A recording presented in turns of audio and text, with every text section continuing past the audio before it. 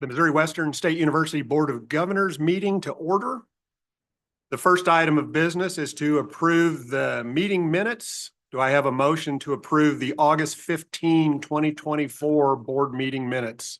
So moved. Is there any discussion? All those in favor say aye. Aye. Opposed say nay. Any abstentions? Okay, motion is approved. We will now hear the Personnel, Finance, and Operations Committee report. Turn this over to the chair of that committee, Governor Landis. Bear with me.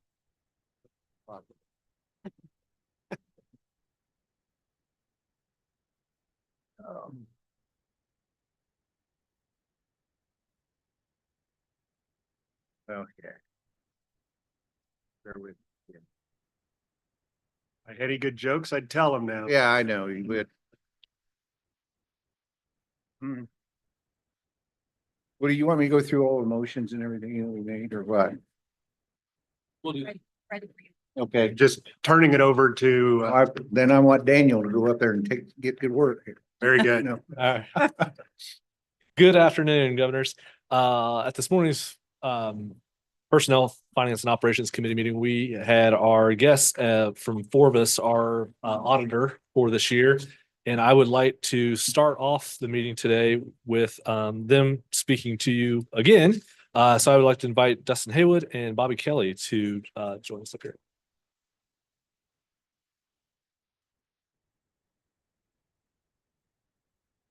Perfect. Thank you. Okay. Good afternoon, governors. Good to see you all again. Again, I will start just by saying thank you. We certainly appreciate the opportunity to present the results of the fiscal year 2024 financial statement audit. As was briefly mentioned by Daniel, we did present the results in detail to the overall committee. They were what I'll refer to as overall positive results for the audits for the fiscal year 2024 audits. We are issuing an unmodified, or in other words, a clean audit opinion on both the financial statements as well as the audit of compliance with federal funds. I do want to point out to the board here today that we did receive complete transparency from management throughout the entire audit process. We received timely feedback and turnarounds on all of our requests. So a fantastic job from management in regards to preparation for this year's audit. The materials that we did present to the committee today are in draft form. We are done with our audit procedures and simply awaiting the board's approval here today to release those final results. As I mentioned, the results of the fiscal year 2024 audits did conclude in an unmodified or clean audit opinion. We did not have any audit adjustments. We did not have any deficiencies communicated to governance here today. That's all I wanted to communicate with the board here today. I'm happy to take any questions. Okay. Turn it back over to Daniel. Thank you. Thank you, Dustin. And again, I want to thank Forbes and their team for the work. We've been working with them for many years now. This year's audit started in July with the federal student aid and compliance side, and having it wrapping up in October. I'm sure everybody on my team is happy, as is the Forbes team. So again, thank you for your time, and our team works extremely hard to prepare for it. And I know it's rewarding when the result is the modified thing. All right. So to summarize, just the conversation from this morning's meeting for the period through September, the university recognized $15,809,088 of tuition fee revenue and $20,788,096 of operating revenue through the first quarter of this fiscal year. As you've heard me say before, we would prefer that our budgeted percentage of total for tuition and fees is closer to 52 to 55%, because we're always larger enrollment wise in the fall than we are in the spring semester. And so at this time last year, we happened to be at 50.5%, so slightly above where we are now. And at the end of the fiscal year, we ended at approximately 96% of the budget. And so this would suggest that our trajectory is that we would not achieve our tuition fee revenue target as planned. And so we'll continue to monitor that. Obviously, retention and spring enrollment and things will be a significant factor in what the year looks like, but that's where we stand as of Q1. You'll see a sizable increase in state grants. That is primarily the result of various projects that we have on campus. That includes funds for the Unionl Center that did not get spent in the last fiscal year, and it was done in the early stages of fiscal year 25. You'll also find the funds for Hearns and Potter renovations that we'll discuss here momentarily from the ARPA and MOExcel's grant programs. On the expenditure side, the operating expenses at the end of Q1 were $24,685,235. So payroll is currently under budget at the moment. Fringe is the concerning number that is running a little bit higher than our salaries and compensation. And where we get concerned with that is that we are currently in our open enrollment period, and we have a medical insurance premium that was significantly higher than what we've had in the past, as well as Moser's retirement contribution percentage increases. So we know that number is going to continually to go up, and we will have fewer opportunities to influence the fringe number, with vacancies and stuff like that, like we will on the payroll side when people retire or separate from the university. And so we'll keep an eye on that. It is of note that for our upcoming budget cycle, we anticipate targeting approximately 44% fringe rate on our salaries compensation. So there's an extreme expense to the university based off the benefits that we are able to provide our employees. You'll see a sizable adjustment of $492,978 in supplies and services. That's primarily the result of the additional grants seen on the revenue side for the various projects, as well as a $488,738 scholarship adjustment. That is due to partially the grants, but there is about approximately $120,000 of adjustments in the scholarship line item to reflect changes that were not made or identified in the original budget. So we have updated those numbers and moved that forward. It is of note that the scholarships is above 51%, but as a reminder, that line item also houses or is where our Pell Grant and expenditures go. And we currently have about $200,000 more federal Pell Grants this year than last year. So part of that being over 50% is the result of those. And since that is revenue, here on our next slide in terms of non-operating, you'll find that in the grants. We are at 47% on our grants non-operating revenue. Conversely, this time last year, we were at 38%. 32%. So there is a significantly larger percentage of eligible students, and the grant amount itself is much higher. You'll see in non-operating revenues that everything else is holding relatively to budget in terms of appropriations and spending patterns. We do have our debt service principal recognized on this statement as well. The end result where we're at after adjustments is that we do see approximately a 0.3% short increase to our shortfall position, or I guess decrease to our shortfall position, which is now at a negative 1. Moving from a negative 1.3% to a negative 1.6%. And again, that $108,000 adjustment is primarily the scholarship adjustment that we made, but also the core appropriations that I failed to mention on the previous slide, that when we adjusted for the core numbers from Kofi, we had a $62,000 adjustment. So that is what is making up that difference in terms of the use of prior year funds for offsetting our shortfall for the year. Are there any questions regarding financials for fiscal year 2025? Moving on, this is a new information for the governor's board materials, in that in detail in the board effect, it'll show at 30, 60, 90 and 30, 60, 90 days, and then future accounts receivable for the university. So we are, in higher education, we are unique in that our revenues come in at 2 points throughout the course of the year. We see the spikes in July and August whenever we invoice for the fall semester, and then we see a secondary spike in December, January. for the spring enrollment. So you can see that our peaks it is growing as we go to the right. The peak is getting a little bit higher due to the revenues. And we usually, by the time we are invoicing for the following semester, we have gotten our AR balances down to approximately $5 million. And so we do have a goal of making improvements upon that. But from a receivables perspective, we should always see a fluctuation like this throughout the course of our fiscal year. And this is a 2-year review that you see on the graph in front of you. And that obviously it plays a factor in our cash position. And so as of September 30th, we had a cash balance dipped slightly below $8 million to $7,876,791. This is obviously a change from prior years, and I'll remind that fiscal year 22 that was still a result of HERF funds from the pandemic related dollars available to universities. And so I believe in the next cycle that we will go through the next quarter, those dollars will fall off of this statement. So we'll have a little bit less volatile review of our cash position year over year for this period or the next period.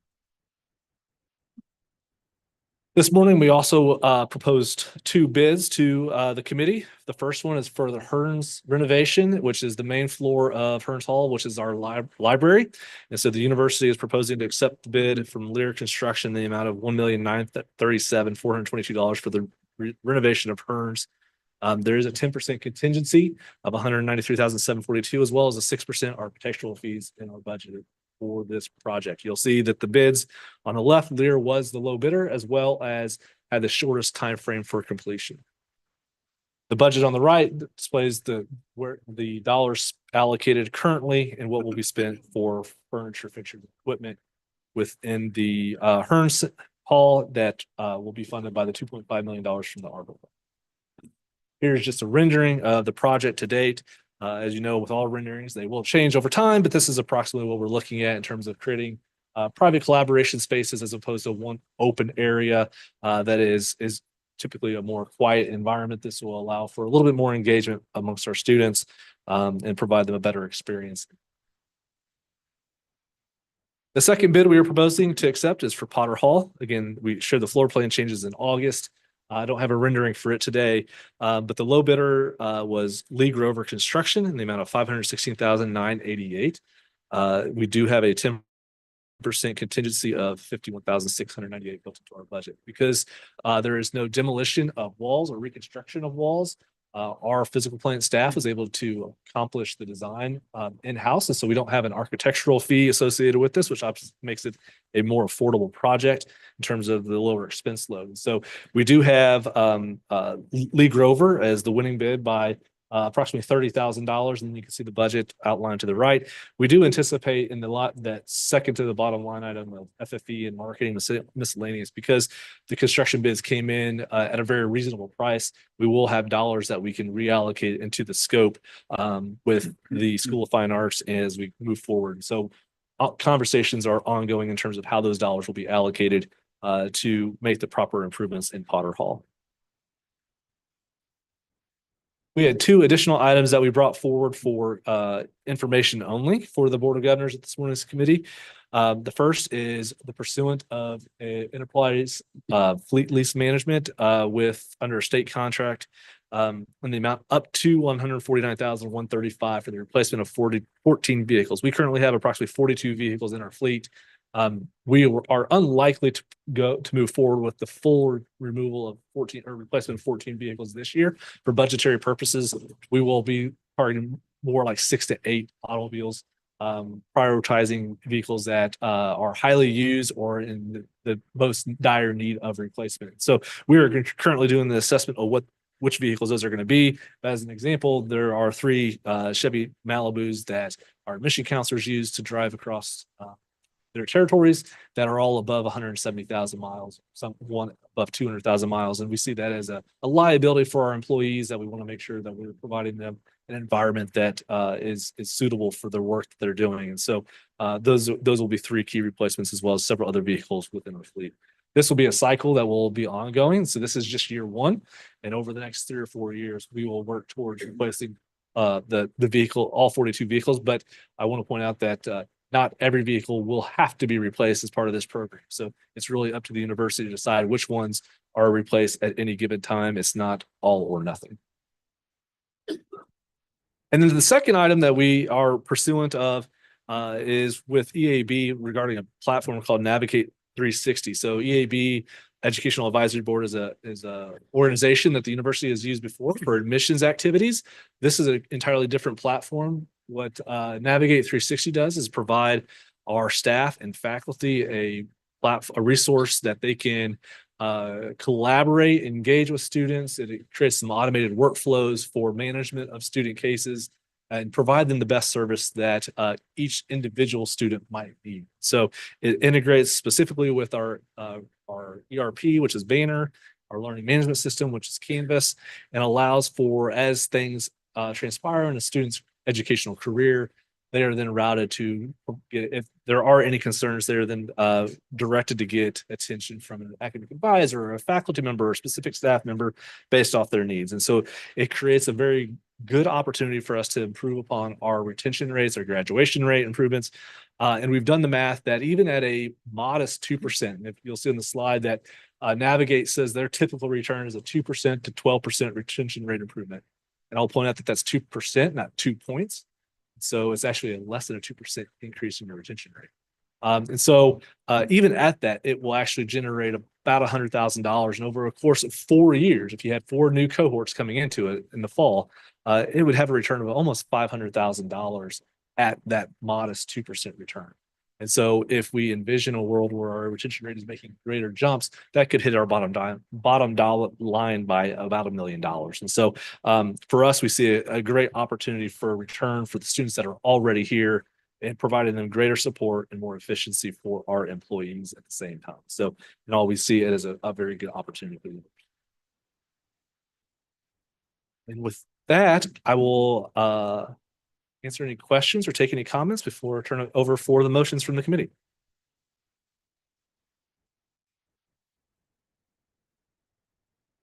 Thank you for your time. Hey, thank you, Daniel. We have several recommendations coming from the Personnel, Finance, and Operations Committee, so please bear with me as we have to call a motion for each one of these recommendations. The first recommendation coming from the committee is to approve the fiscal year 24 audit. Do I have a motion to approve the fiscal year 2024 audit report as presented? Is there any additional discussion? Hearing none, all those in favor say aye. Aye. Those opposed say nay. Any abstentions? Okay, the motion carries. Next, we have a recommendation from the committee to approve the September 30, 2024 financial report. Do I have a motion to approve that financial report as presented? So moved. Have a second? Second. Is there any additional discussion? Hearing none, all those in favor say aye. Aye. Those opposed say nay. Any abstentions? None. The motion passes. Next, we have a recommendation from the committee to approve FB 25-021, which is the Hearn Center renovation. Do I have a motion to approve FB 25-021 as presented?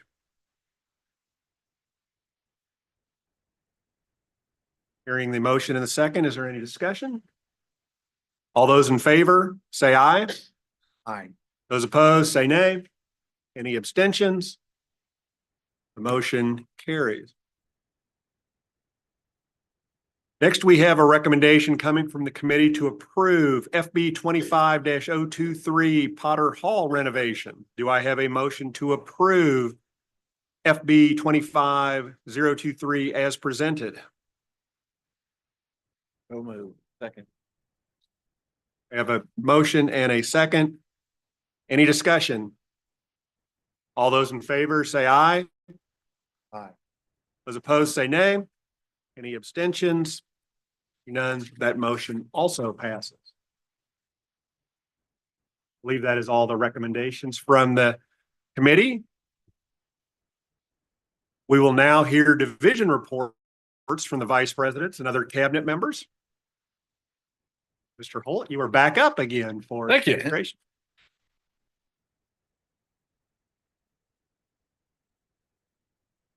So just a few things from the Finance Administration Division to bring to your attention today. So again, we've touched on a lot of this stuff under the Finance Committee meeting, but we are implementing new budget software. We have a kickoff meeting tomorrow. This is something that the governor's approved us to proceed with in August, and we're excited to get it underway because it'll create a tremendous amount of efficiency in both how we conduct our budget and build it and see it through, but also the reporting and mechanisms and the way that we can respond to things moving forward, as well as we think about the long-term financial position of the institution. So we're excited with it. The second one is contract management. So this has been one that has been in our to-do list for many months. And so we are finally getting it operationalized. It is in production now. We'll start training, and this is going to allow for us to have a better oversight into the contracts that the university signs on for. So we're excited about both of those items under the accounting and finance areas. From a financial aid perspective, the 2025-26 FAFSA opens up December 1st, as does our new scholarship application. So we have switched to the Next Gen Scholarship platform. This is going to create a lot of tremendous amount of efficiencies between the foundation, our financial aid office. It'll give the admissions office an additional tool to work with students. And so we're excited to get it operationalized in December. We should be wrapping up its implementation here over the next 3 weeks approximately, and having it going forward until the deadline that is in March, if I recall. And so we're ready to move forward with that, as well as the created Black and Gold Scholarship, which will replace the Griffin Guarantee scholarship program. And the most significant difference between those two is that the Griffin Guarantee has annual escalators. So as students achieve certain benchmarks, that they get more money years 2, 3, and 4. What the Black and Gold will do is it removes those escalators and thus the volatility in our scholarship platform, and it increases the amounts, and then it just stabilizes them at that same rate over that same time frame. So the overall dollars are still at play, but it removes the volatility from a budget planning for our scholarships from year to year. So we're excited about that for 25 and 26. On the physical plant side, it seems like the Hooley Center is an old building by now, but it is not. So we're still onboarding for it because we've been working on it for some time. The physical plant team is, we have activities in there now. The equipment continues to arrive. Most of the equipment is operational, and we're ready to start having more and more classes and visitors to the Hooley Center. I know that there is the grand opening is coming up on November 15th. Yep. November 15th. So excited there. Hearns and Potter renovations, you've heard about today. Blum capital assessments. So there's several things here in the Union that we are looking to make improvements to: our boiler, some of the equipment in our dining, in our kitchen, to make our dining experience much improved for our students. We are looking at fire and safety inspection upgrades in some of our residence halls, as well as installing locks on our classrooms, so that we are keeping our faculty, staff, and students safe in the unfortunate event of a active shooter on campus. So a lot going on in those 3 areas. For HR, as we discussed a little bit in the committee meeting earlier today, we have a number of positions open that HR is working with us on, that including the provost, vice president for enrollment management and marketing, dean of college of business and professional studies, computer science faculty, and approximately 18 other staff positions, that vary from week to week. Staff performance evaluations were due on October 15th, and those are still slowly trickling in. We are excited to have that process done for the first time in several years, so that it allows for us to establish proper goals, work with employees that may need some assistance, but also allow us a platform for considering performance-based incentive and salary compensation in the future. We're probably a couple of years away from that yet, but we have to start with this process. So we're excited there. Open enrollment is started this week and will go through November 1st. We talked at length in the committee about the medical changes and stuff like that. And then also the FLSA status updates that continue to be ongoing. We made several changes in July of this year. The threshold changes again on January 1, and it's very much tied to, at this point, what happens with the election. So we're going to take a wait and see approach through December and see where we're at before we proceed. But once we have a clear path forward, we'll move very quickly. For technology services, one of the big projects that we have going on right now that was just announced this week is the discontinuation of emails for folks that are no longer at the university. And so we have more than 90,000 emails on the Missouri Western domain. 60,000-ish are discontinued, and 36,000, I think, is what I heard this morning, were active that we emailed to let them know that in January we're going to begin terminating their email access. This is all geared around us providing enhanced security to our network, our faculty, staff, and students. And we want to implement new measures, and those measures have a cost. And to do that on 90,000 emails is not possible, but for the ones that are on campus and active is. And so we are moving forward with that. It will take us some time. This isn't something that is going to be done in January when we as the email suggested, but we will do this in phases so that we're making sure that we're removing the proper individuals from our Missouri Western domains. And then technology services has a very lengthy project calendar that we've been working on. These activities range from looking at our database and how it's housed. We are currently in the managed cloud, and looking at how we treat it and look for pathways forward to maximize its effectiveness, to SSO migrations, Windows 11. We have a number of devices on campus that aren't quite compatible for Windows 11, so we know we have some work to do over the next several months, as well as their involvement in many of the, or if not all of the capital projects that we have, and certainly the software implementations that we're moving forward with. So we have approximately a 2 to 3 year window that we are targeting for our technology services team to keep us on point, make sure that we're not taking on too much, but more importantly, to make sure that we are considering the financial implications to the university, and we are scattering our activities out so that we are using our resources wise. So that is the conclusion of my VP report. I will take any questions. Clarified, it's black and gold scholarship.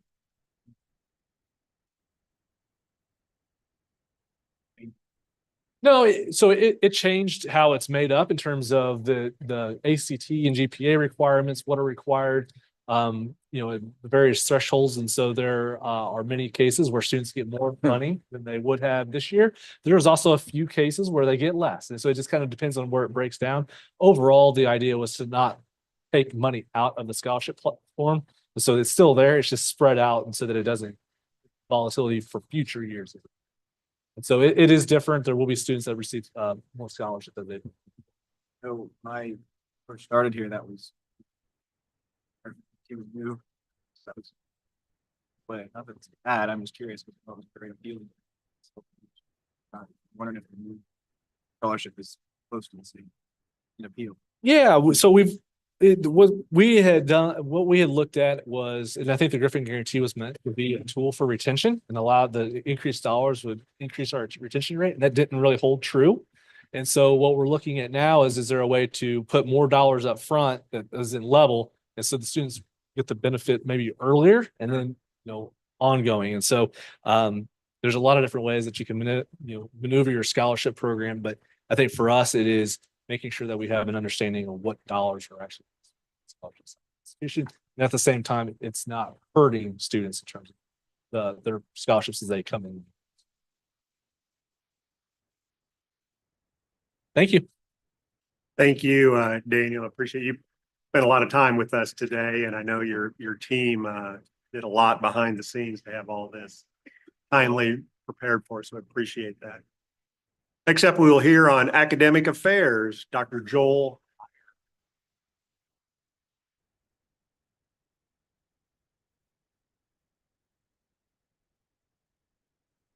Well, good afternoon. Once again, it's an honor to provide you an update from academic affairs.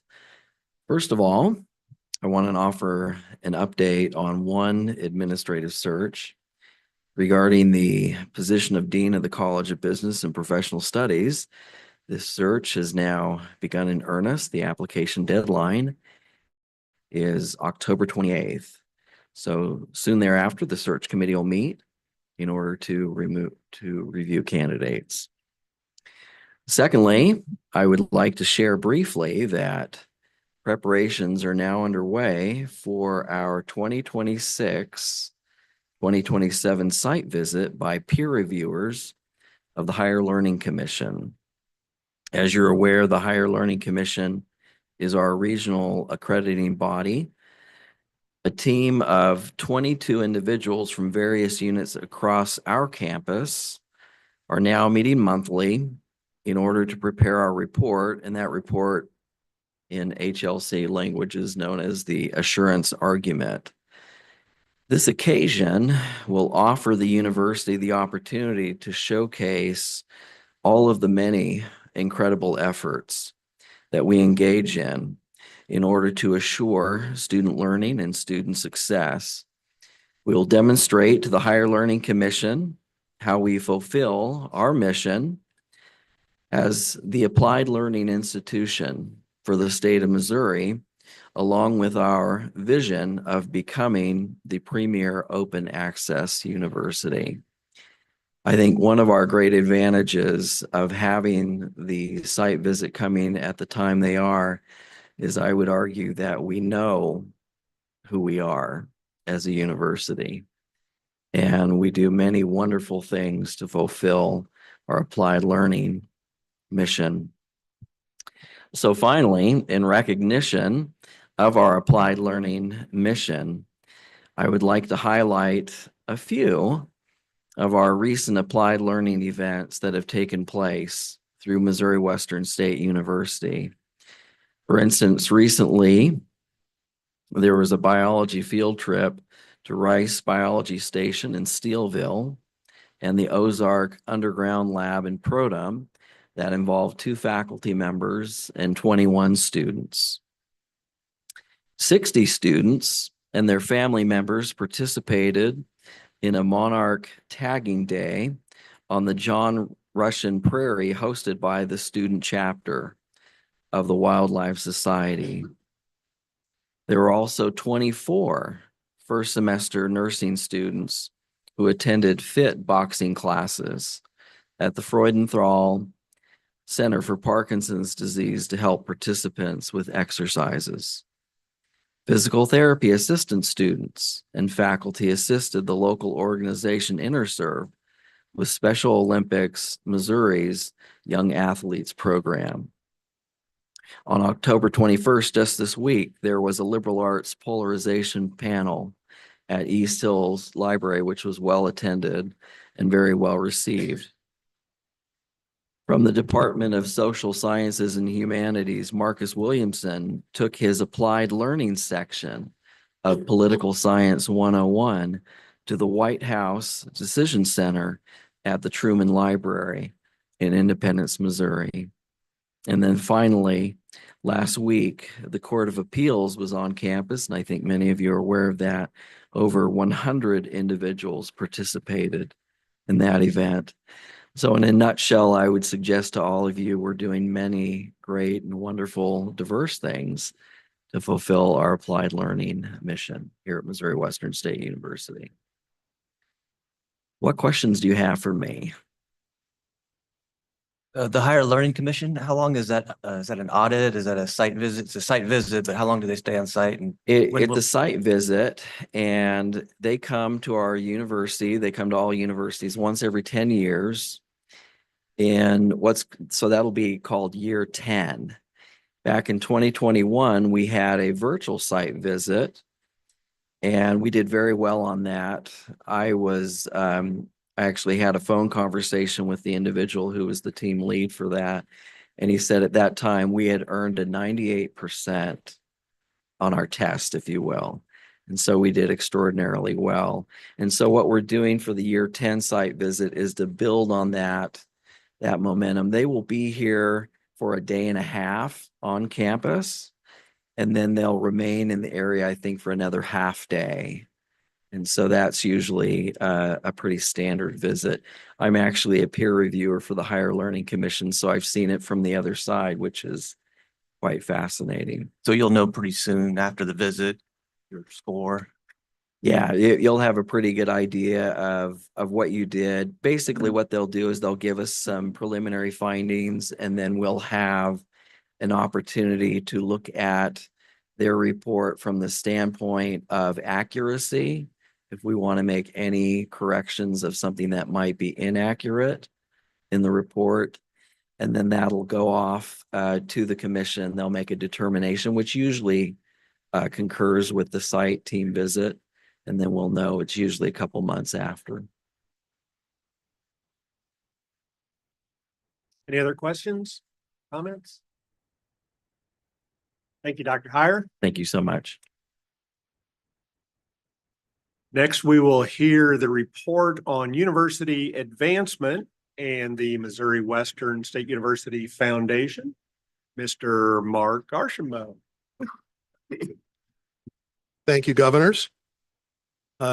As you observed from hearing from our auditors, the foundation's audit, which rolls up into the university's audit, was also clean and unmodified.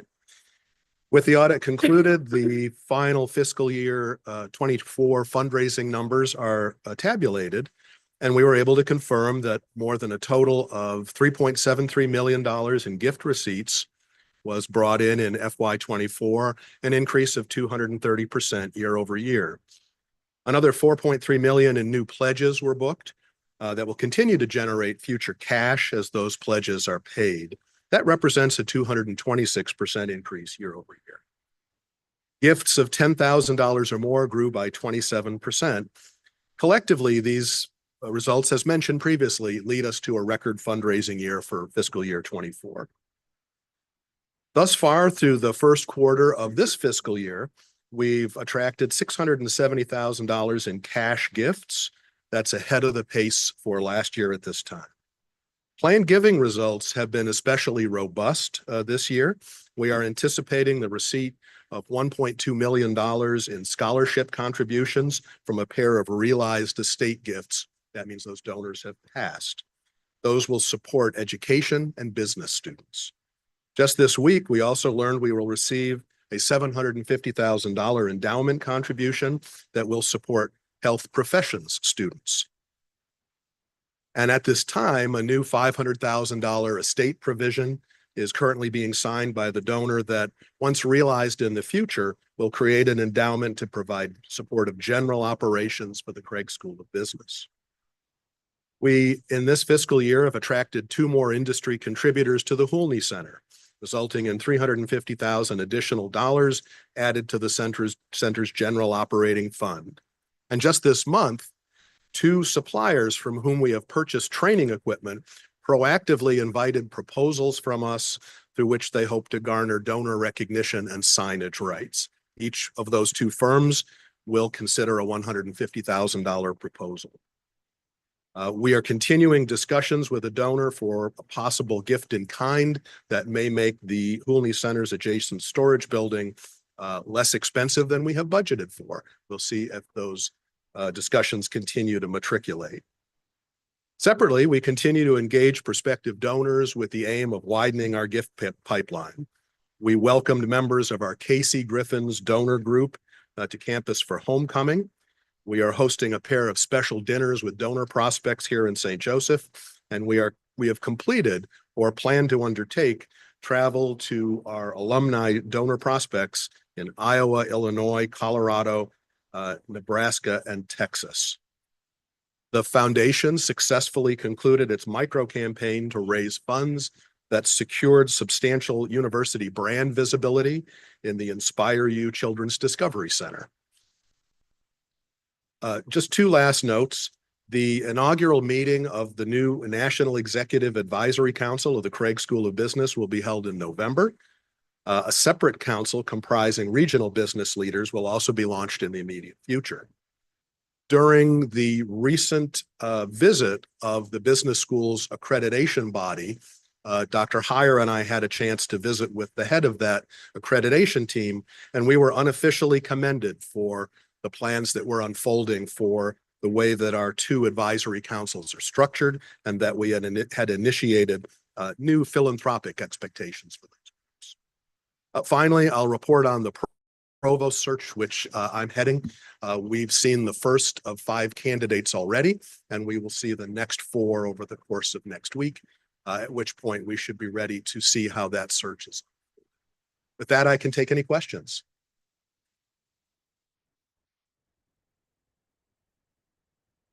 Congratulations on your fundraising efforts. Thank you. Thank you, Mark.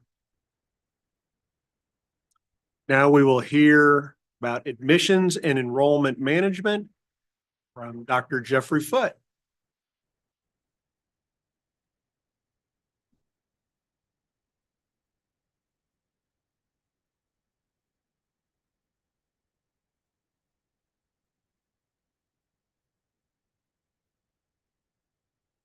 Good afternoon, governors, President Kennedy, colleagues and guests.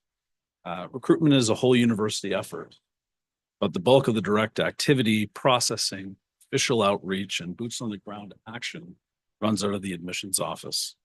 Today, I plan to cover the goals we have, the recruitment plan our office is running, new initiatives to hit them, challenges we face, and to outline upcoming events and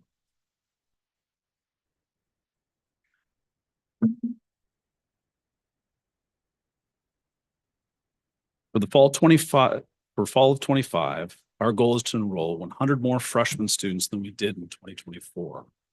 This will require us to register close to 800 students for Go. That translates into roughly 20% more admitted students with our current yield rates. For transfers, our goal is to hit 240 new students next fall. To hit these goals, there are actions being taken by other departments, and I'll outline these briefly. We continue to coordinate outreach with Residence Life and financial aid. November, we'll see key housing, FAFSA, and scholarship campaigns. We're connecting with high school teachers and our faculty. We want the faculty to visit their schools or have schools bring students to dedicated discovery days on campus. We're working with academic departments also to refine and sharpen our recruiter stories. We want to have a better sales pitch. The new foundation scholarship software that Mark referenced will help with disbursements and provide an attractive incentive to our students that are in our applicant pool. And we're working with local community colleges to update agreements that provide pathways for students, enter Missouri Western, and reduce their time on campus. These efforts will augment the plan that I outlined in the following slides. So from campus visits to in-person activities and to complex direct marketing to tens of thousands of prospects, we connect with students through multiple channels. I hope to provide a little bit more clarity of the breadth of activity that our admissions office carries out. So this is a nice shot, right, of a tour that was actually yesterday here in front of our office. The Frontier STEM High School in Kansas City visited with 50 students. We have 11 more of these large group tours happening this semester, and we've already held a number earlier this semester. Additionally, we offer daily tours and visits for individual students to come, our recruitment counselors and with faculty if they choose. These tours and visits can accommodate 8th graders to high school seniors. We have a team of student ambassadors assigned to lead the tours and assist our in-house staff with this exercise. Our goal is to provide a welcoming and informative experience for these students and bring more of them in. All tour attendees are registered in our CRM and become inquiries. And more to the point, we go out to where they are if they're not coming in to visit us. So these are the recruiters that work in our office and the associated areas that they're responsible for. This is our primary market, and we've taken the St. Joe area school district, St. Joe's area, and we've designated individual recruiters to have responsibility for those schools. Our assistant director, Berta, manages the entire process, but she's at the city, she's responsible for Jackson County. So we've also taken steps to focus in on Kansas City and make sure that we have not one recruiter covering an entire city with hundreds of schools, but multiple recruiters there. is a focus in a growth area.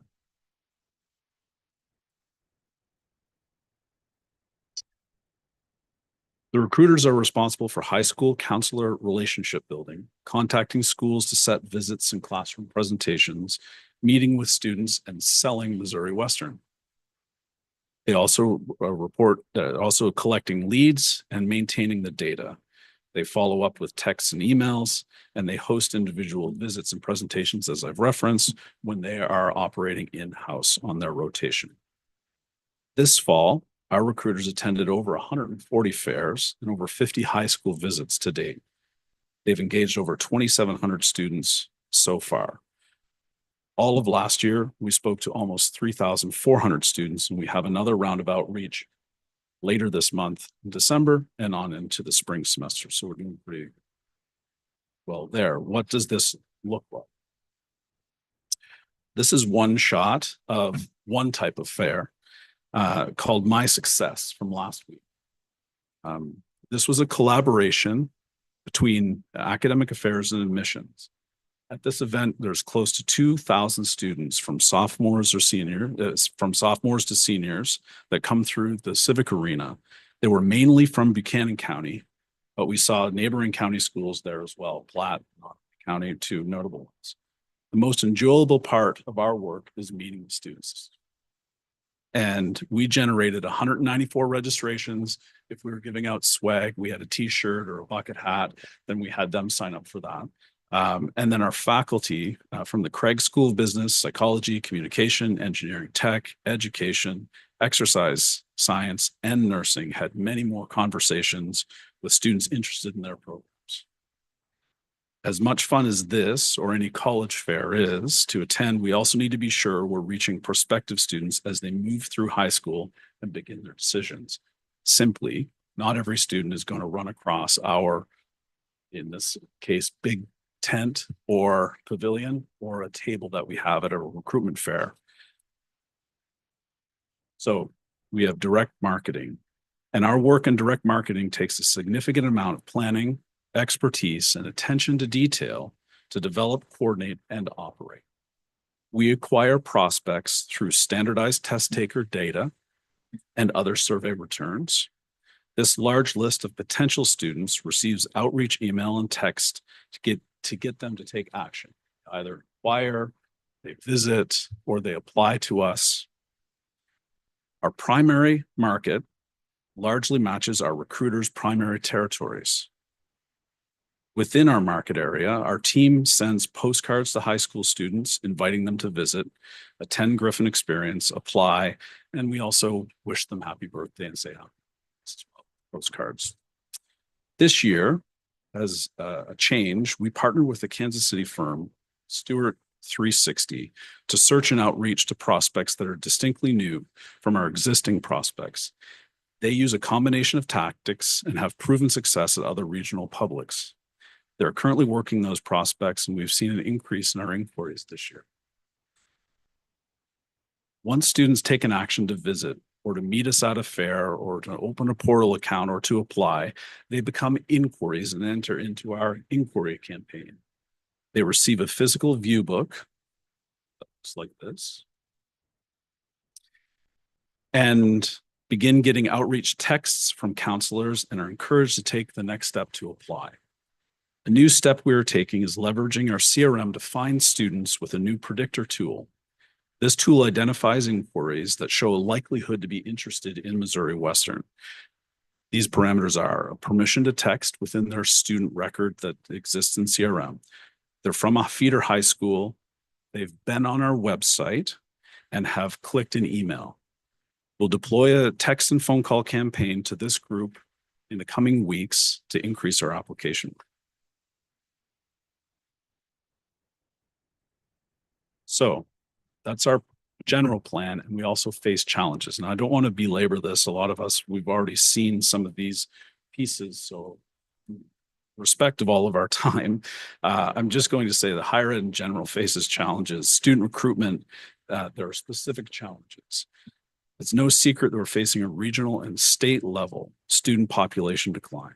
The number of high school graduates is expected to modestly peak this year, and that and enter into a period of gradual decline through the end of the projections out to 2037. Second, public perception of higher ed shows concern about rising tuition costs, student debt, and the relevance of certain degrees in the job market. I also think that that's where us as a university have some distinct advantages to address each of those concerns.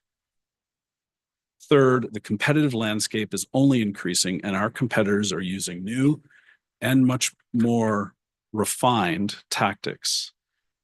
Direct admissions is one example. So you may have seen it in the news recently, but the University of Missouri St. Louis, Southeast Missouri State, Missouri University of Science Technology, University of Central Missouri, Northwest Missouri are all using direct admissions. They're working with a company called Niche.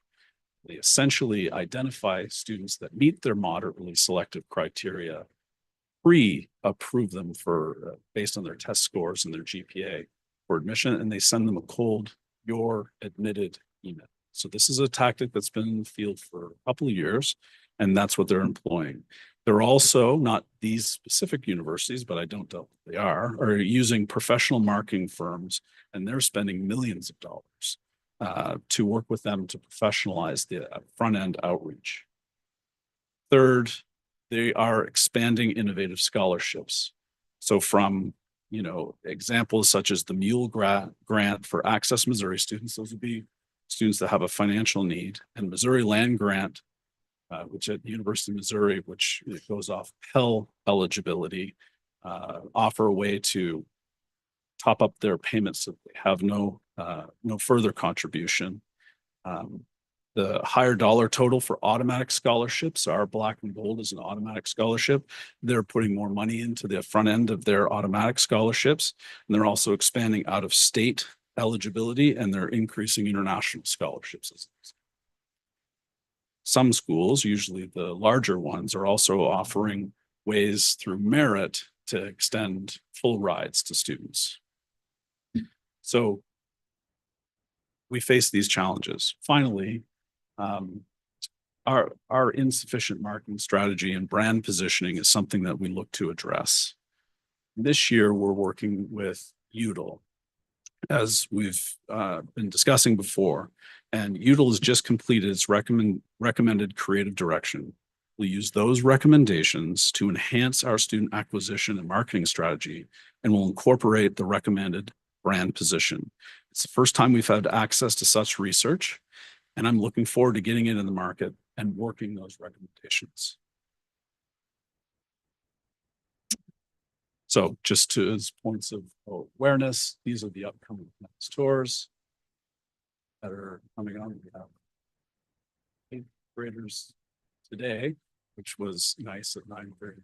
They had to be shushed, but it was but those are early leads. We get those in, and so the class of 2029 is going to be in our CRM, and they'll not get anything from us for a little while yet, proactively, but they get into our prospective list as well.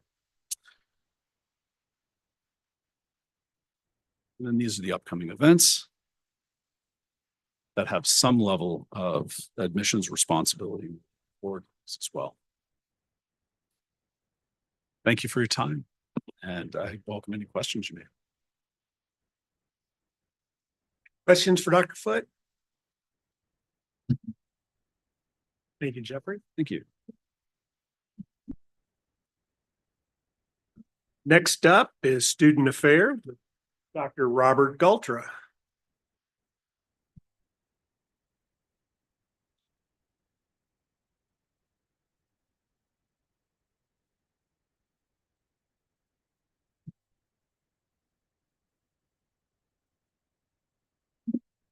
Morning, afternoon already. We got a lot to do today, so it needs to be.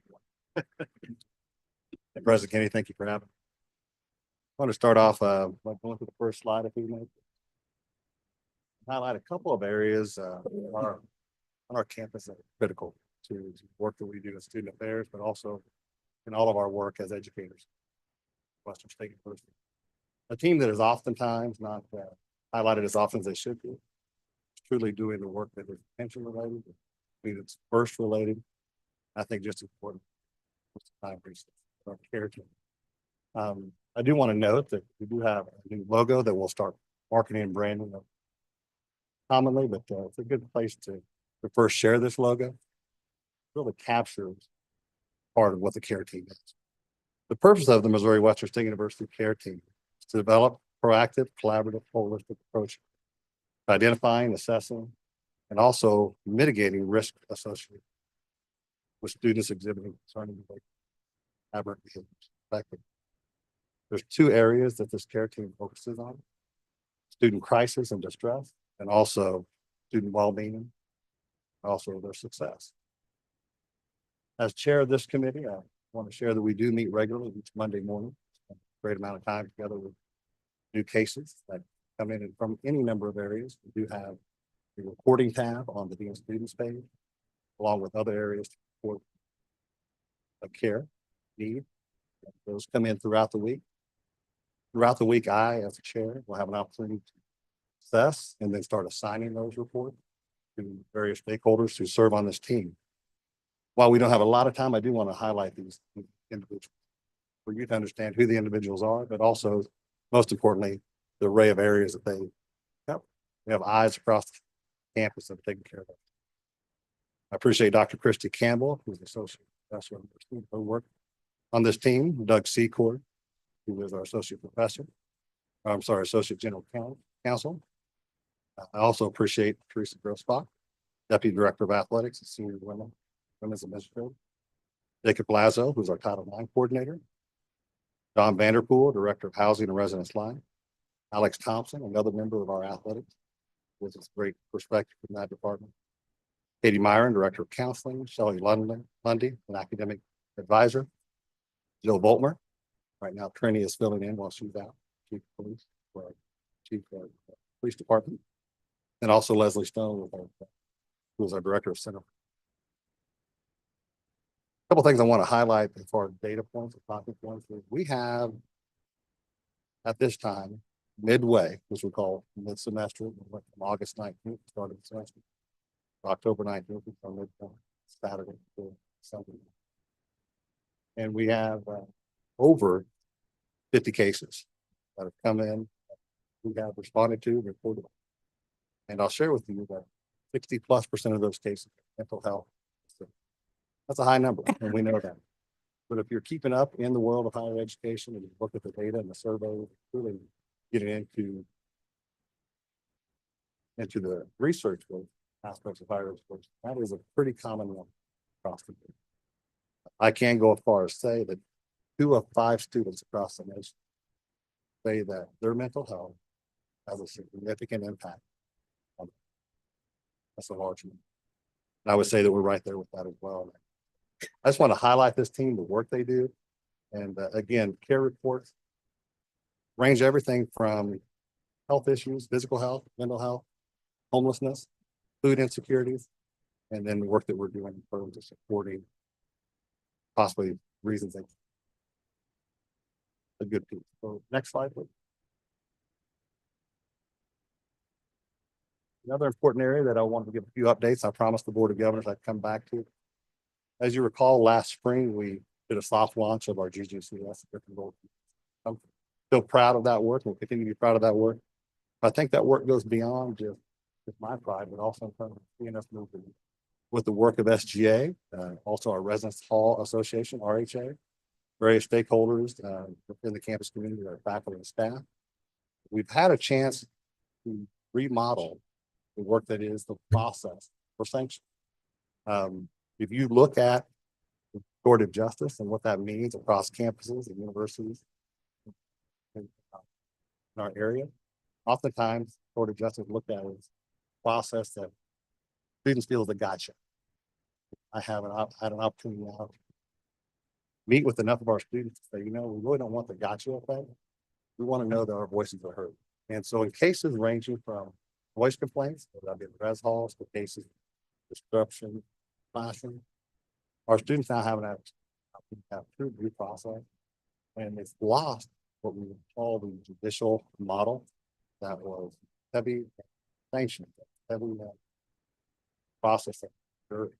It's having not very much peer influence. So now we have an opportunity for them to have a process that they've heard, not only to be processed, but if it does range to the point where they have mediation, we bring students together and they have a conflict, appropriate conflict, and they get to sit in a room and discuss those things, and oftentimes decide their intended outcome, what's next, as opposed to things being put.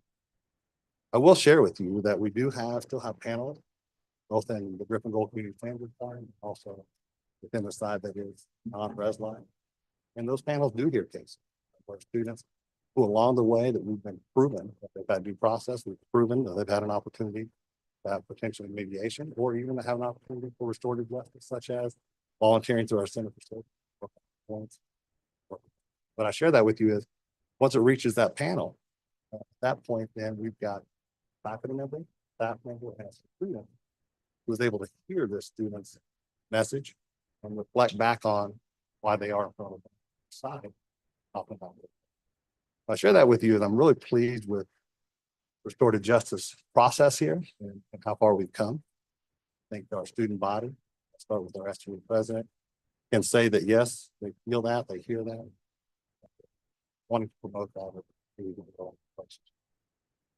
I do want to share with you a parent story real quickly that I think proves case in point the work that's being done through the restorative justice.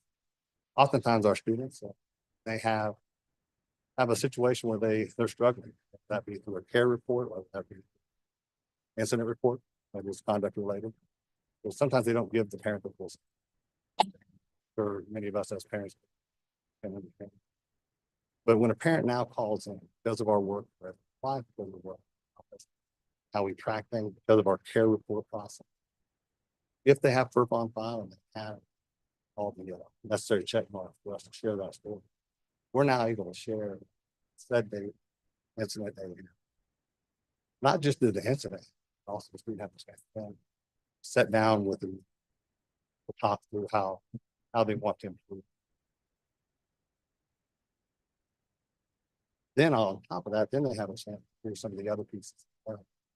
That be not only education, but also opportunity to serve the community to help reduce some of those things. These are all things that are applied learning now that we're implementing in order to process.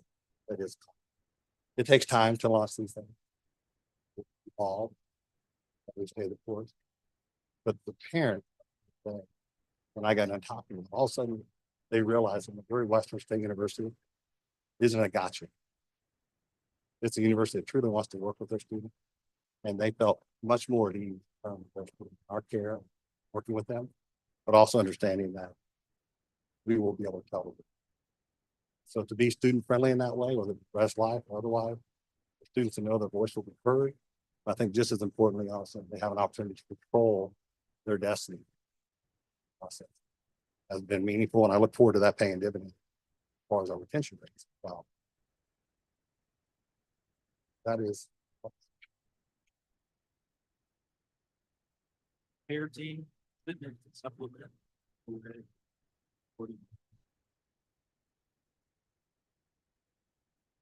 Thank you for your question. I wouldn't call it a supplement.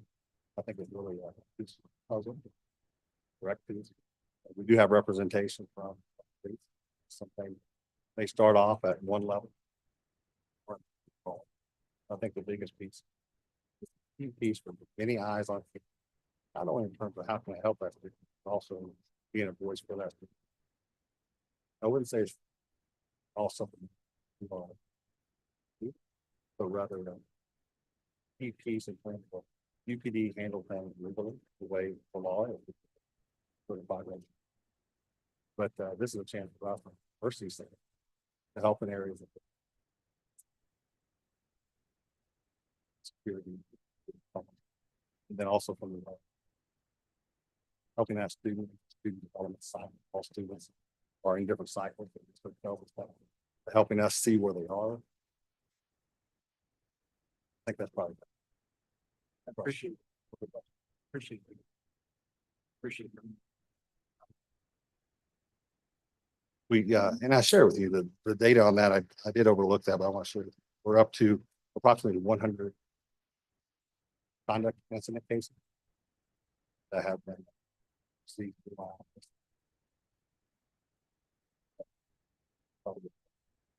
Many of those students.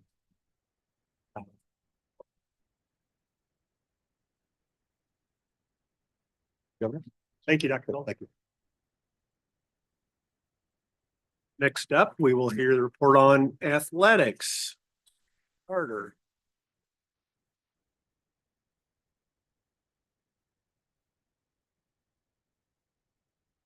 Good afternoon, governors. Just a few things I'd like to share with you. One is a data point. This at the end of the fall competition season. So really that's football, volleyball, women's soccer. 2023, we were 34 wins, 22 losses, and 6 ties for a 597 winning percentage. That was really one of the better falls we had had in some time. As we sit here today with 16 contests remaining and maybe more if we advance further in playoffs, we have 32 wins, 9 losses, and 2 ties for a 767 winning percentage. And so things are really exciting when you win. And it brings a lot of other attention to what's going on. And I want to share a couple of other data points. From July 23 to October 23, so obviously last year, we produced 11 videos for our athletic teams that had 81,000 views on social media. In that same time frame this year, we have produced 91 videos with over 500,000 views. And so the touch point, the reach is just growing at an exponential rate. On top of that, we had a wonderful opportunity this year with the MIAA concerning football, where we did a partnership with 38 The Spot in Kansas City for the football game of the week. We were fortunate to be on that 2 weeks in a row, the week down at Central Missouri, and then this past weekend here. And the way that worked was each host team could take all of the television inventory for commercials, pay the fee, which was about $5,000, or they could split it. And so Central Missouri and us split that. So we had some exposure there on the commercial side, in addition to a nice victory. And then at home, we chose to keep it. And so we had more commercial time and some videos of interviews with both the president and myself.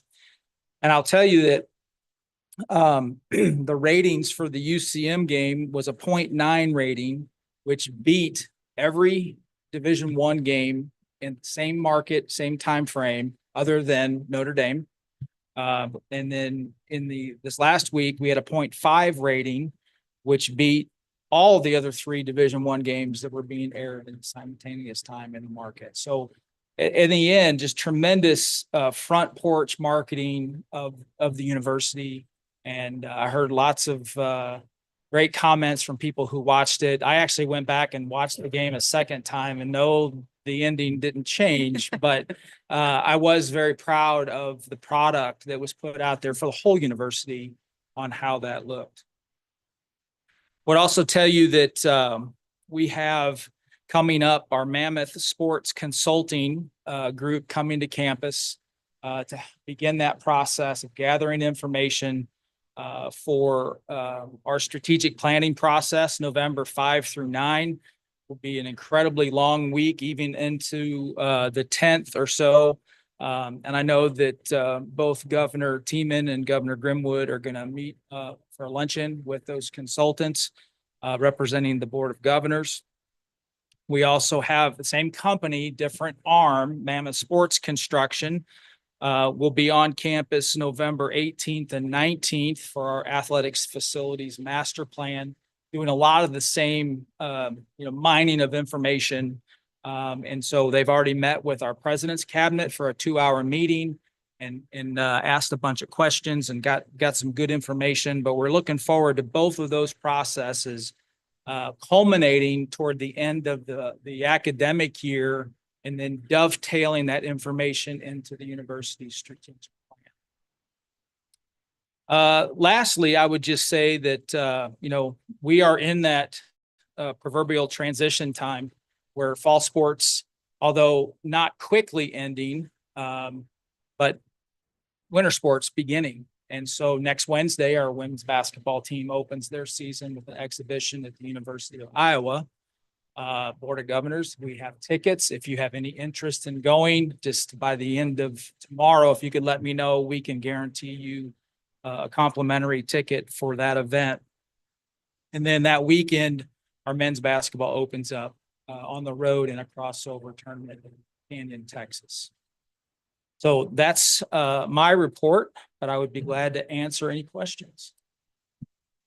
Andy, I like how you brought the women's basketball team and men's basketball team out onto the field and introduced them during the game. I think it'd be good to get other teams out there, the soccer team, the volleyball team, baseball team, just We need them to be home the same Yeah, weekend we yeah. have a home game. get them That's some, been hard. get them exposure to the crowd, get them yeah. out there. But Yeah, we've tried. We haven't had the same Yeah. weekend. No. They're now home this weekend, both of them, and No we're not game. playing. Yeah. So yeah, with that was actually an idea from Ryan Menley's group that they've been doing that. And if you also notice, we've been doing heroes segment as well, recognizing first responders and military personnel, and I think that's been good.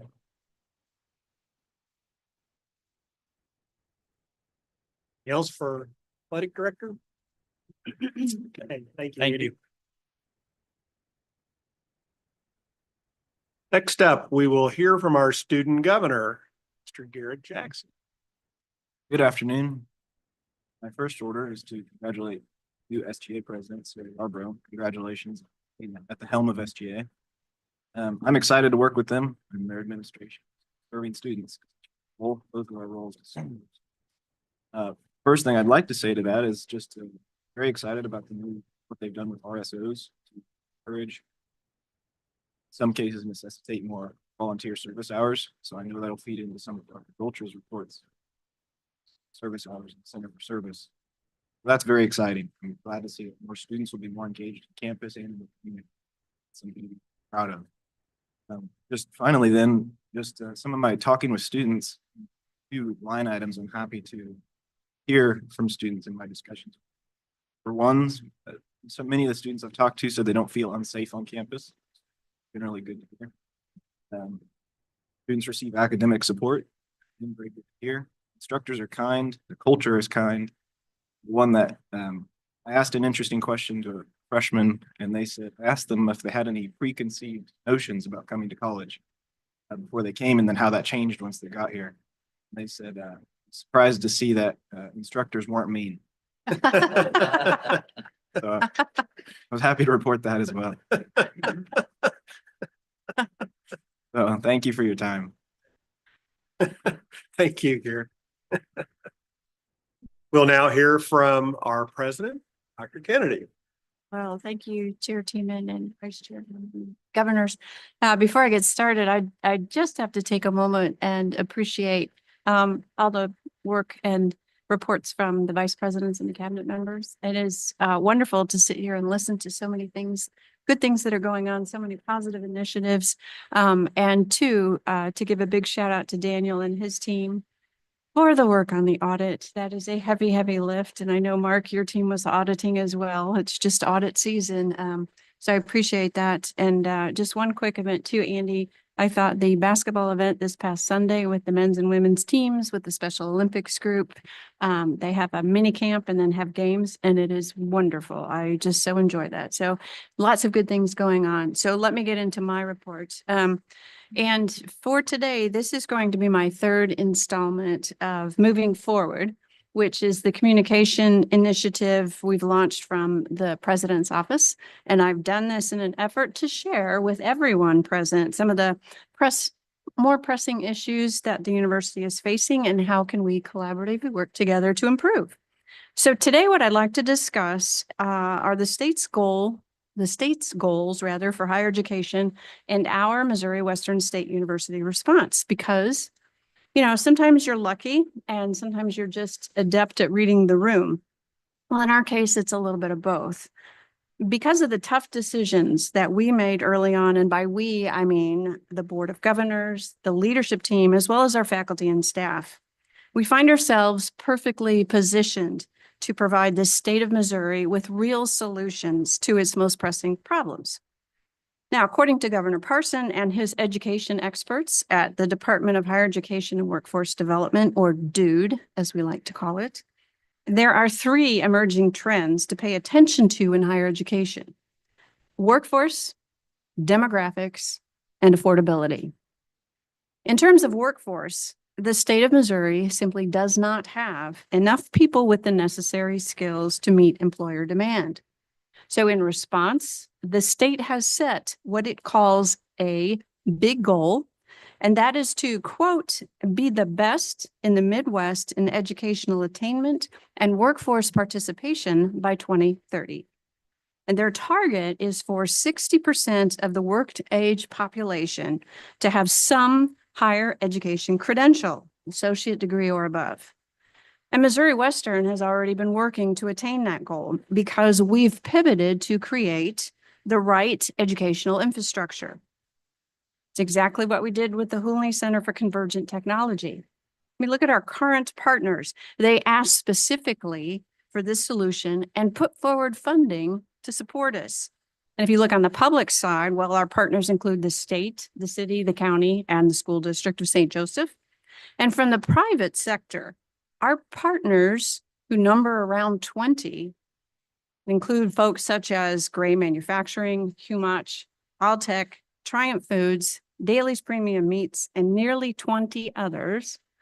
They together, all total, have invested over $19 million in the Unionl Center initiative. And this investment ranged from scholarships to capital for construction. So by responding directly to the state's goal to increase educational attainment and training to escalate this highly skilled forward workforce participation, we're responding to our region's workforce needs and at the same time, responding to student demand for high potential technology-driven careers. We listened to what the state of Missouri and the business community asked us to do, and we did it.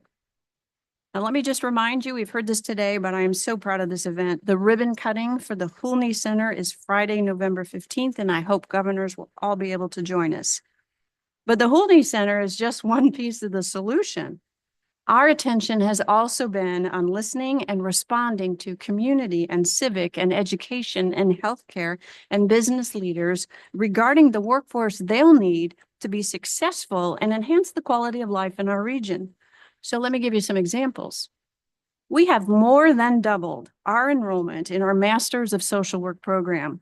This was a program that was requested by the mental health community, championed by our own dear Representative Brenda Shields in the legislature, and now delivering on the promise to increase the number of master's degree social workers to deal with mental health and substance abuse crises. We launched a respiratory therapy program in response to need from the healthcare community. That program provides an affordable education into a high-demand healthcare career, and our partnership with the state and with Mosaic Life Care Center meant public-private funding again to build a state-of-the-art $1 million teaching lab. And in 2 years, that program has tripled enrollment. Again, we are delivering by educating respiratory therapists. In response to the teacher shortage, we launched a Master's of Art in Education program in 2021, and in less than 4 years have grown from 5 to 44 master's degree students pursuing this advanced degree so that they can become teachers. And we're also in education in the process of adding additional post-secondary options because this is what the education community needs and what students are seeking. Again, delivering on the promise to increase and enhance educational opportunities and grow our own teachers. This is what we do. We listen to what our community needs and we respond. And the proof, they say, is in the pudding. And for the example programs I've just mentioned, the evidence is in the students' response to the programs we've created. Bottom line is this. We're a good investment for the state of Missouri. We deliver and we get results. Now, we know this is going to be a little bit of heavy lifting done to attain the goal, to be that best in the Midwest in educational attainment and workforce participation by 2030. But rather than a half full glass, we're considering this as an opportunity. Let me explain to you. Now, currently in Missouri, a little over 50% of the worked age population has an associate or bachelor's degree. In Buchanan County, that's only 30%. We also have about 22% of the population with, quote, some college, and those are prime targets to help skill up. In our 10 county service area alone, our educational attainment rates vary from a low of 23% to a high of 55%. To continue to build a quality workforce, the current narrative of, quote, you don't need a college education must be reframed. And we're working on that because, as we all know, simply because the data is overwhelming, but as we all know, significant financial gain over a career life is achieved through educational attainment. That's for the individual, and it's for the ripple effects that it will have on our community. In a recent survey by Dude, 2/3 of the business leaders surveyed indicated that a lack of applicants and a shortage of those with the necessary knowledge, skills, and abilities was a major burden to business innovation and future growth. Importantly, business leaders across the state are recognizing that stepping up and investing in a well-trained workforce means investing in educational attainment. And to that end, there was a recent survey by the St. Joseph Chamber, and 53% of the business leaders surveyed believe that additional funding for Missouri Western should be a state priority because we are critical to economic development and growth. Now, our second challenge is the demographic changes in Missouri. Our population for this state is growing slower than the nation. 69 counties, including several in our service area, particularly Buchanan County, have had a population decline over the last decade. And we know from 2012 to 2022, we've also had fewer high school graduates directly entering public post-secondary education. However, in 2023, post-COVID, state enrollments in post-secondary education increased. We know too at Missouri Western, our enrollment is rebounding at a slower rate, but lest we forget, we had the double whammy of COVID and program reorganization. But nonetheless, we are making progress. As you've heard today, in addition to new academic offerings, we have new strategies in place to recruit and retain students. In fact, the primary reason for us to engage with Unionl is to enhance our efforts to attract students, including adult learners. And it's also the reason that we are searching for a vice president of enrollment management and marketing, someone who understands the science of marketing and will deploy a strong, solid student acquisition strategy. So again, we understand the assignment from the state of Missouri. We align our programs with the regional economy. We expand our learner population, traditional and non-traditional students in order to meet workforce needs and to preserve and enhance the quality of life for the citizens in our region and state. Finally, the third trend. Let's talk about affordability. It should be of no surprise to any of us in this room that Missouri ranks among the lowest of all states in the level of higher education funding per capita. We are ranked at number 46. While Missouri's average tuition at public universities is lower than many states, the students' share of covering the total cost of instruction has increased from a low of 22% in 1980 to nearly 50% in 2023. Now, here at Missouri Western, we are committed to keeping a college education affordable. Yes, we have raised tuition last year, but nonetheless, we remain the fourth lowest cost public four-year institution in the state. And to help, as we've heard, we've improved our fundraising efforts with from Vice President Archambault so that we've achieved a strong annual fundraising position. Our foundation alone provides million in scholarships to students annually, and nearly 100% of our full-time undergraduate students who apply for financial aid are awarded that. We work very hard to help our students graduate with less debt. Again, we're doing all that the state has asked us to do. We're focusing on growing the workforce. We're reducing our expenditures and diversifying our revenue streams to reduce costs. And finally, we're maintaining affordability in our position as the lowest tuition in the state among all four-year institutions. But the reality is that the cost of doing business is outpacing our state funding. From fiscal year 22 to 24, costs associated with the basic required functions, such as insuring our property, our vehicles, providing our employees with health care, covering our utilities, making Mosher's retirement contributions, which will go up to 30% next year. Those factors combined have increased by nearly $4.48 million. And our core increases for those same fiscal years amount to only $3.26 million. Further, as I have shared with the governors before, between fiscal year 16's core appropriation and that from fiscal year 24, that net gain is only $1.6 million. And lest we forget, previous state funding reductions in fiscal years 18, 19, and 21 eliminated a total of over $4 million from the university, which has never been recouped. Without augmenting our current core funding, our ability to sustain our growth, to meet Missouri's future workforce needs, and contribute to the prosperity of our communities severely restricts. And while we commend Brenda Shields for taking on the Herculean task, and I mean Herculean task, of creating a new higher education funding formula, that relief is years away. So in the 2025 legislative session, Missouri Western State University is supporting the Coordinating Board for Higher Education's recommendation to the governor's office for a 3% inflationary increase in the fiscal year 26 core appropriations for all public higher education institutions.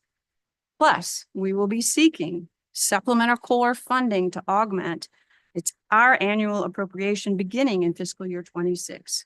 And this funding will guarantee our continued operational excellence and our ability to meet the growing needs of our students and of our region. Again, we have done all we have been asked to do. We are perfectly aligned to achieve the state's goals and meet regional workforce demands. It is an all hands on deck time now to tell our story. Missouri Western is a good investment because we deliver to the state what we promise. And our plan moving forward is fivefold. First of all, we will continue to focus on workforce development by creating and/or enhancing programs that benefit our students and our service area. We are going to continue to do our part to help the state achieve its educational goal of 60% by focusing on educational attainment in our service area. We will recruit and retain students. We will seek additional core funding, and we will continue to look for cost savings. That is where we are going. Finally, to completely shift gears, I want to share an update about Gold Fridays. When I came into this office, the board chair asked me to keep pushing forward initiatives that had begun under a previous administration. And one of those initiatives is Gold Fridays. If you recall, in the fall of 2020, we began the Gold Friday schedules, 4 days class schedules intended to provide 1 day a week for exceptional applied learning activities beyond those that would happen in the regular course of the class. Okay. We created volunteer service learning opportunities, expanded internships, practicums, focus field trips, guest speakers, lots of events. And it was a promising idea. Use Fridays to promote your applied learning mission. Attract students with 4 days of classes instead of 5. Look, he's smiling. Right. So, well, the first piece is timing is truly everything. So if you caught the time, we were going to launch this in the fall of 2020. was in the middle of a pandemic. So it really wasn't until the fall of 21 that we were fully able to implement this initiative, to put everything we could behind it. And we did seek feedback from students and faculty and staff, both in the fall of 21 and in the fall of 23. So this past spring, I asked interim provost Joel Heyer to assemble and lead a task force, folks all across the campus, to evaluate the impact of Gold Fridays. They met faculty, staff, folks all across campus. They met from May through June of this year to talk about the feedback and to talk about the initiative. And as a result, the task force has unanimously recommended that Missouri Western return to a 5-day class schedule beginning in fall of 25. With that in mind, and taking that recommendation to heart, the Division of Academic Affairs will roll out a fall 2025 class schedule in the next few weeks, with most classes scheduled either Monday, Wednesday, Friday, or Tuesday, Thursday. We know that advisement for fall 2025 begins, the semester begins February 9th, and registration will open March 10th. So let's be clear and let's be fair. Gold Fridays was an initiative begun with great intentions. And although we have had some very valuable events on Gold Fridays, the unbiased review of both the pros and the cons have indicated to us that discontinuation is the best path forward. And while the 4-day-a-week class schedule has given some of our students more flexibility, it has also made it more difficult for us to build that sense of belonging and community that represents our student-focused, vibrant, and engaging campus culture. And most importantly, to do all that we can to promote our students' academic success. So I want to thank Dr. Heyer and all the members of the task force for their thoughtful, very, very thoughtful consideration of the issue and for their well-founded recommendations. And with that, I am done. And we'll take any questions that folks. Questions for President? I will say that you made reference to my support of Gold Fridays, and that is very much accurate.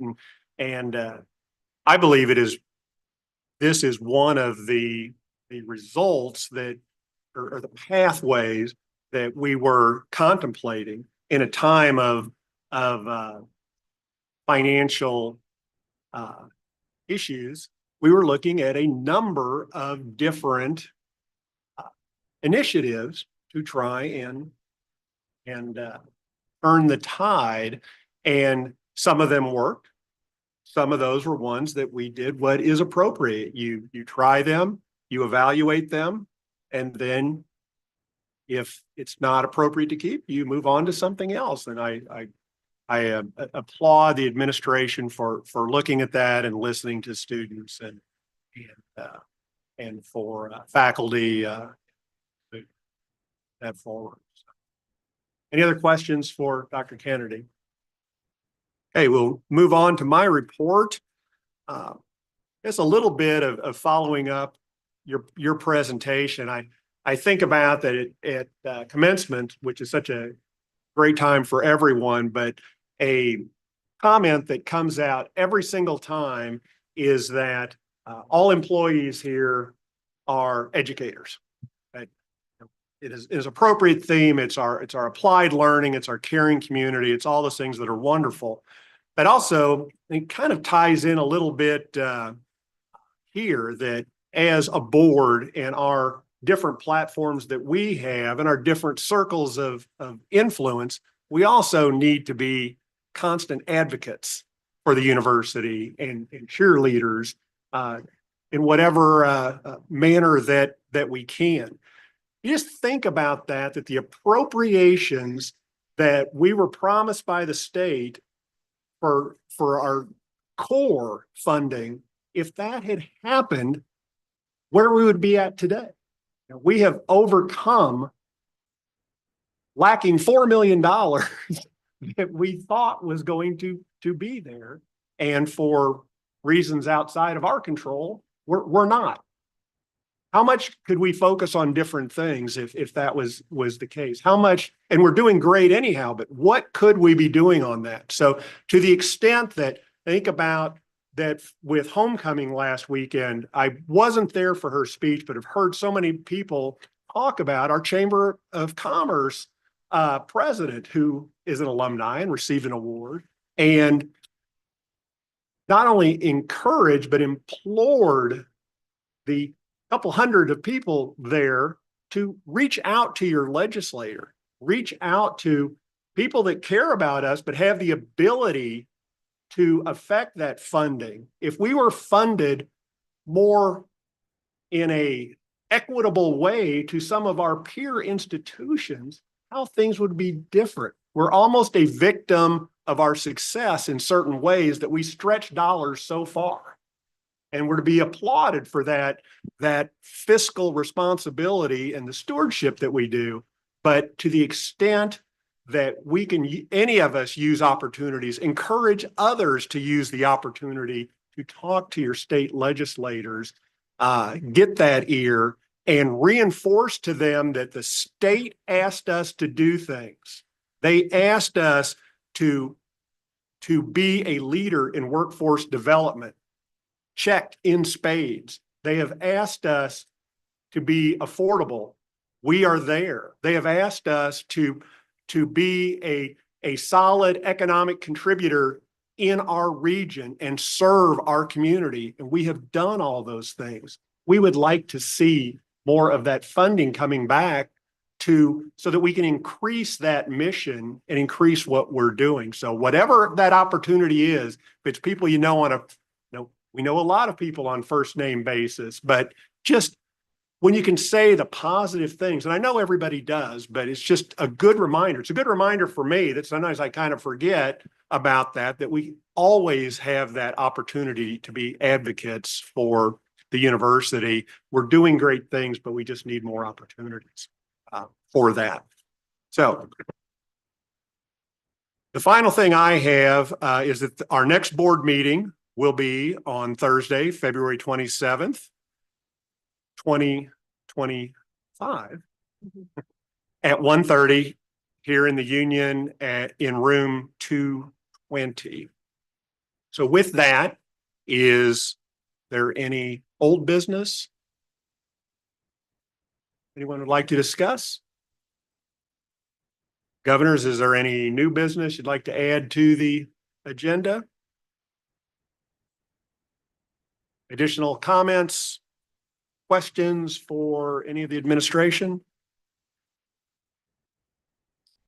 There being no further comments or questions, a vote will be held to close the meeting now pursuant to Missouri Revised Statutes, Section 610.021, Sections 1, 2, 3, and 13. Do I have a motion to close the meeting and go into executive session? We'll move. Second. Is there any discussion? Hearing no discussion, all those in favor say aye. Aye. Those opposed say nay. Abstentions? Hearing none. This concludes the public portion of our meeting, and we will now go into executive session. Thank you all. We'll reconvene in 5 minutes.